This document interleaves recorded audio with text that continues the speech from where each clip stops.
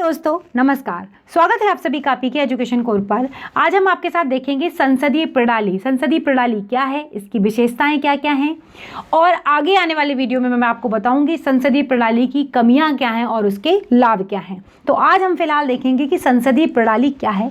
Parliamentary system, हमारे पास जब देश हमारा आज़ाद हुआ हमारे पास दो ऑप्शन थे, या तो हम अध्यक्षात्मक प्रणाली को एक्सेप्ट कर सकते थे या फिर हम संसदीय प्रणाली को एक्सेप्ट किया हमने। तो उस समय के जो हमारे संविधान निर्माता थे उन्होंने संसदीय प्रणाली को वरीयता दी। इसके पीछे बहुत सारे कारण हैं, उन सभी को हम एक एक करके समझने की कोशिश करेंगे। तो संसदीय प्रणाली में सबसे पहला जो पॉइंट होता है उसमें क्या होता है कि जो कार्यपालिका है वो विधायिका से स्वतंत्र नहीं होती है। विधायिका का क्या मतलब है, संसदीय प्रणाली में जो विधायिका का मतलब है वो है दो तरीके के सदन होते हैं, एक होता है लोअर हाउस और एक होता है अपर हाउस, मतलब निम्न सदन और उच्च सदन। अगर उच्च सदन की बात करते हैं तो कौन सा है हमारा, राज्यसभा, और निम्न सदन की अगर हम बात करते हैं तो वो है हमारी लोकसभा।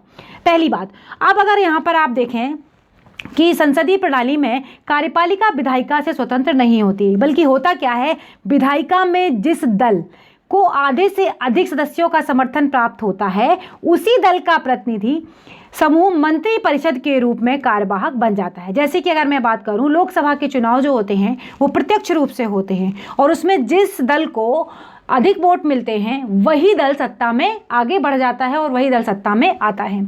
और उसी के साथ अगर आप देखें प्रतिनिधि समूह मंत्री परिषद, आपको मैंने मंत्री परिषद और मंत्रिमंडल के बारे में भी पढ़ाया हुआ है, उसका वीडियो का लिंक आपको डिस्क्रिप्शन में मिल जाएगा, या फिर आप पूरी प्लेलिस्ट है उसमें जाकर आप उसे देख सकते हैं। भारत का संविधान के नाम से प्लेलिस्ट है पीके एजुकेशन कोर्स की, आप वहाँ पर चीज़ें देख सकते हैं।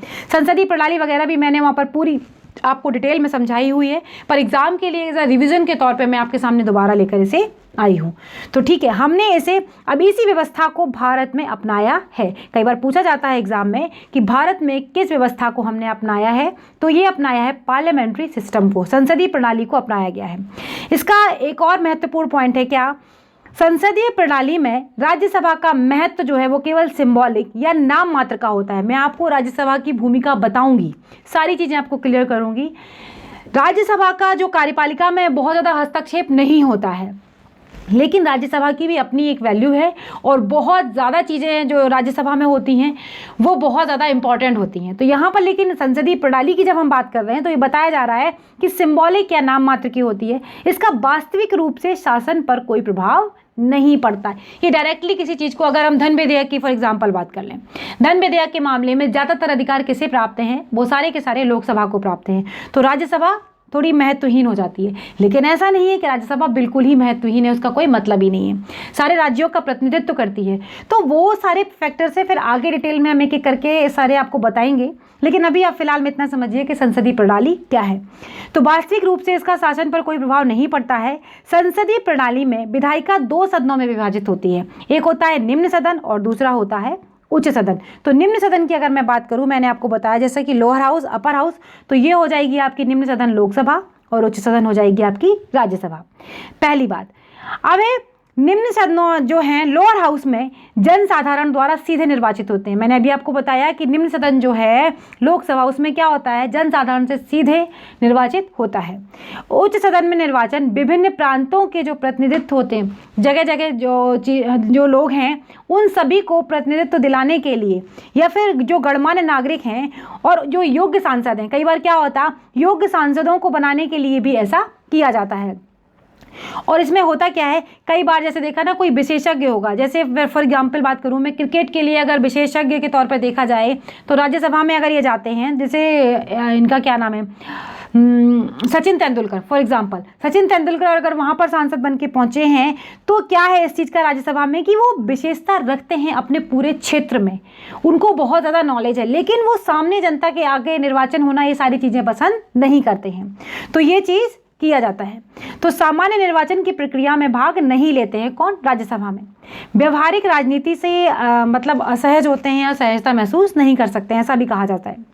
संसदीय प्रणाली में जैसे आपके पास एग्जांपल है हेमा मालिनी भी, वो तो बाद में लड़ी, वो अलग बात है, लेकिन अगर देखा जाए कि फिल्म इंडस्ट्री से अगर वो आती हैं तो इस तरीके की भी जो योग्यता रखते हों, आपको पता है ना राज्यसभा में कितने लोग ऐसे मनोनीत किए जाते हैं, तो कितने लोग हैं वो चीज़ आप ज़रूर बताइएगा। संसदीय प्रणाली में और कौन करता है? संसदीय प्रणाली में विधानमंडल का कार्यकाल निश्चित होता है, लेकिन राजनीतिक कार्यकाल अर्थात मंत्रिमंडल को यह शक्ति देता है कि यदि वह चाहे तो राज्याध्यक्ष को विधानमंडल को भंग करने की सलाह देकर नए चुनाव आयोजित कराए जा सकते हैं। इस लाइन को समझने की कोशिश कीजिएगा।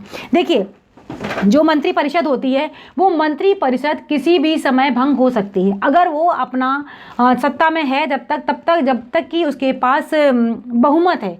जिस दिन भी वो बहुमत या जिस समय भी वो बहुमत अपना खो देती है सत्ता से, वो बाहर हो जाती है। तो ये होती 5 साल के लिए है निम्न सदन, लोकसभा 5 साल के लिए होती है। लेकिन 5 साल के बीच में भी अगर सरकार की या विपक्ष या किसी वजह से आलोचनाओं के कारण अगर वो अपना समर्थन नहीं साबित कर पाती है तो क्या होता है, उसको सत्ता से हटना पड़ता है, मतलब वो अपना सरकार अपनी खो देती है। तो संसदीय प्रणाली में ये बहुत सारी चीज़ें हैं। अब इसकी कमियां और लाभ मैं आगे आने वाले वीडियो में आपको बताऊंगी, नेक्स्ट वीडियो में, तो आप और अच्छे से समझ पाएंगे कि संसदीय प्रणाली को हमने आखिर क्यों अपनाया है, भारत में संसदीय प्रणाली क्यों आई, क्यों हमने इसे अपनाया है। क्योंकि इसके फ़ायदे बहुत ज़्यादा थे। जो हमारे संविधानकर्ता थे, निर्माता थे, उन्होंने इस चीज़ को समझा और उन्होंने इस चीज़ को समझ के ही इसको संसदीय प्रणाली भारत में बनाई। तो ये था वीडियो छोटा सा जो मैंने आपके साथ डिस्कस किया। अगर आपको वीडियो अच्छा लगा हो तो प्लीज़ लाइक करना, शेयर करना, चैनल पर अगर नए हैं तो सब्सक्राइब करना, और कोई चीज़ अगर नहीं समझ में आई हो तो आप कमेंट में बताइएगा। मैं नेक्स्ट वीडियो में आपको क्लियर करने की पूरी कोशिश करूँगी। तब तक के लिए धन्यवाद दोस्तों, नमस्कार।